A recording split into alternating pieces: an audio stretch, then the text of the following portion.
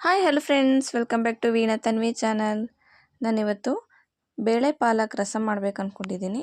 ಇದು ಆರೋಗ್ಯ ದೃಷ್ಟಿಯಿಂದ ನೋಡಿದ್ರೆ ತುಂಬ ಒಳ್ಳೆಯದು. ಇದಕ್ಕೆ ಬೇಕಾಗಿರುವಂಥ ಇಂಗ್ರೀಡಿಯೆಂಟ್ಸು, ನಾನಿಲ್ಲಿ 1 ಕಟ್ ಆಗೋಷ್ಟು ಪಾಲಕ್ ಸೊಪ್ಪನ್ನ ತಗೊಂಡು ಕ್ಲೀನ್ ಮಾಡಿಕೊಂಡು ತೊಳೆದಿಟ್ಕೊಂಡಿದ್ದೀನಿ. ನೆಕ್ಸ್ಟು 2 ಟೊಮೆಟೊನ ತೊಗೊಂಡಿದ್ದೀನಿ. ಇದ್ರ ಬದಲು ನೀವು ಹುಣಸೆ ಹಣ್ಣು ಕೂಡ ಹಾಕ್ಕೋಬೋದು. 4 ಹಸಿರುಮೆಣಸಿನ್ಕಾಯಿ, ನಿಮಗೆ ಎಷ್ಟು ಖಾರ ಬೇಕೋ ಅಷ್ಟು ಹಾಕ್ಕೊಳ್ಳಿ.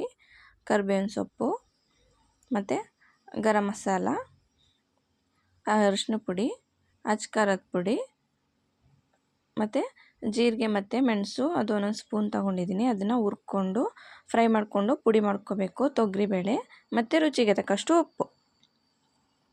ಮತ್ತು ಒಗ್ಗರಣೆಗೆ 1 ಬೆಳ್ಳುಳ್ಳಿ ತಗೊಳ್ಳೋಣ. ಇವಾಗ ಕುಕ್ಕರ್ ತಗೊಂಡು ಬೇಳೆನ ತೊಳ್ಕೊಳ್ಳೋಣ. ತೊಳೆದಿಟ್ಕೊಂಡಿದ್ದೀನಿ. ಈಗ ಹಚ್ಚಿಟ್ಕೊಂಡಂಥ ಪಾಲಕ್ ಸೊಪ್ಪನ್ನು ಇದರಲ್ಲೇ ಹಾಕೋಣ. ಹಸಿರುಮೆಣಸಿನ್ಕಾಯಿ ಮತ್ತು ಟೊಮೆಟೊ, ಸ್ವಲ್ಪ ಉಪ್ಪನ್ನ ಇವಾಗ ಹಾಕ್ಕೊಳ್ಳೋಣ. ರುಚಿಗೆ ತಕ್ಕಷ್ಟು ಉಪ್ಪು ನೆಕ್ಸ್ಟ್ ನೋಡಿಕೊಂಡು ಹಾಕ್ಕೋಬೋದು. ಸ್ವಲ್ಪ ಅರಿಶಿನ ಪುಡಿ, ಇದು ಮುಳುಗುವಷ್ಟು ನೀರನ್ನ ಹಾಕಿ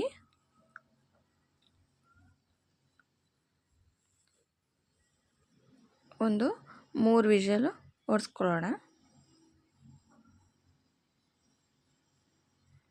ಅದು ವಿಷಲ್ ಹೊಡೆಯೋ ತನಕ ಈಗ ಒಂದು ಬಾಣಲಿಯಲ್ಲಿ ಜೀರಿಗೆ ಮತ್ತು ಮೆಣಸನ್ನ ಹಾಕಿ ಫ್ರೈ ಮಾಡ್ಕೊತಾ ಇದ್ದೀನಿ.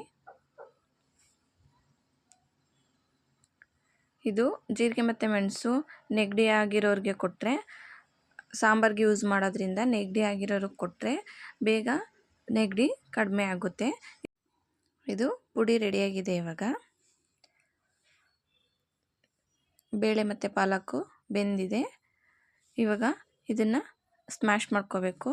ಸ್ಮ್ಯಾಶ್ ಮಾಡೋಕ್ಕೆ ಮುಂಚೆ ಅದರಲ್ಲಿರೋ ನೀರನ್ನ ಸಪ್ರೇಟ್ ಮಾಡಿ ಆಮೇಲೆ ಸ್ಮ್ಯಾಶ್ ಮಾಡ್ಕೋಬೇಕು, ಇಲ್ಲಾಂದರೆ ಚೆನ್ನಾಗಿ ಸ್ಮ್ಯಾಶ್ ಆಗಲ್ಲ ಅದು.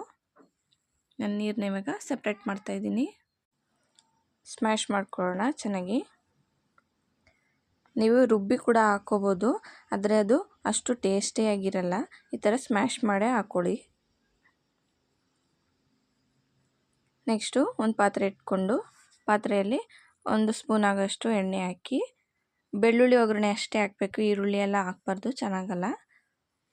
ಬೆಳ್ಳುಳ್ಳಿ, ಒಣಮೆಣಸಿನ್ಕಾಯಿ ಮತ್ತು ಕರಿಬೇವನ್ನ ಹಾಕಿ ಒಗ್ಗರಣೆ ಹಾಕಿ ನಾವು ಸ್ಮ್ಯಾಶ್ ಮಾಡ್ಕೊಂಡಂಥ ಬೇಳೆ ಮತ್ತು ಪಾಲಕ್ನ ಹಾಕಿ, ನಿಮಗೆ ಎಷ್ಟು ಹದ ಬೇಕು ರಸಮ್ಮು ಅಷ್ಟನ್ನ ನೀರನ್ನ ಆ್ಯಡ್ ಮಾಡಿಕೊಂಡು ಕುದಿಸ್ಕೋಬೇಕು.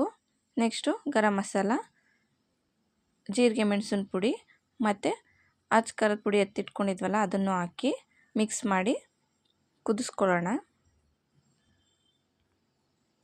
ಮತ್ತು ಸ್ವಲ್ಪ ಕೊತ್ತಂಬರಿ ಸೊಪ್ಪನ್ನ ಹಾಕ್ತಾಯಿದ್ದೀನಿ. ತುಂಬ ಚೆನ್ನಾಗಿ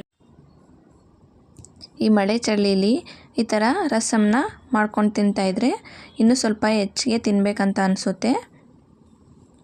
ನೋಡಿ, ಬೇಳೆ ಪಾಲಕ್ ರಸಮ್ ರೆಡಿಯಾಗಿದೆ.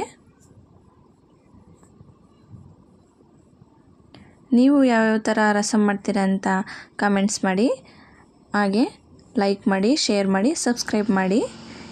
ಇಲ್ಲಿಗೆ ನಾನು ವಿಡಿಯೋ ಮುಗಿಸ್ತಾ ಇದ್ದೀನಿ. ನೆಕ್ಸ್ಟ್ ವಿಡಿಯೋದಲ್ಲಿ ಸಿಗೋಣ.